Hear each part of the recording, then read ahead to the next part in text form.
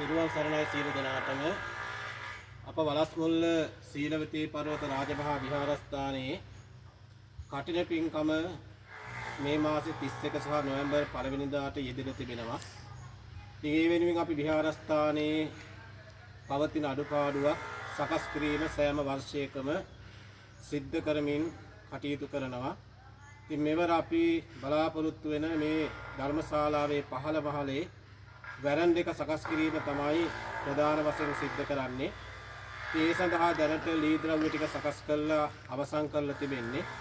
ඉතින් තවම අපට මේ වැඩ කටයුතු ආරම්භ කරන්න හැකියාවක් නැහැ. මොකද අවශ්‍ය කරන සීට් ප්‍රමාණය අපට මේ වෙන විට ලැබිලා නැහැ. ඉතින් ඒ සඳහා මේ විහාරස්ථානයේ ආදායමක් නැහැ. යමක් කරගන්න තරම් කිසිම දෙයක දායක පවුල් 30ක් වගේ ඉන්නේ. ඉතින් මේ සියලු දේවල් අපි මෙච්චර කල් සිද්ධ කරන්නේ විදේශගත පින්වතුන් අපට ලබා දෙන දායකත්වයේ මත.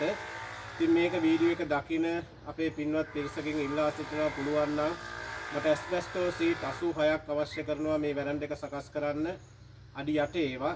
ඉතින් ඔබට පුළුවන් නම් එක් සීට් එකක් සඳහා හෝ දායකත්වය ලබා දෙන්න. ලොකු පිනක් ලොකු උදව්වක්.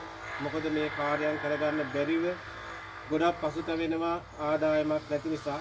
ඉතින් ඔබට පුළුවන් නම් මේ ශාලාවේ පහළ මහලේ මොකද මේ වැරන් දෙක සකස් කර ගන්න ඕන නැත්නම් මේ උළුහු ජනෙල් සියල්ල දොරවල් පවා විනාශ වෙන අවුවට. ඒ නිසා ඔබට පුළුවන් නම් එක් සීට් එකක් සඳහා දායකත්වය ලබා දෙන්නට. ඒ වගේ 80 දෙනෙක් ඉදිරිපත් වුණොත් මේ සීට් එක අපිට සම්පූර්ණ කරගන්න පුළුවන්කමක් ලැබෙනවා.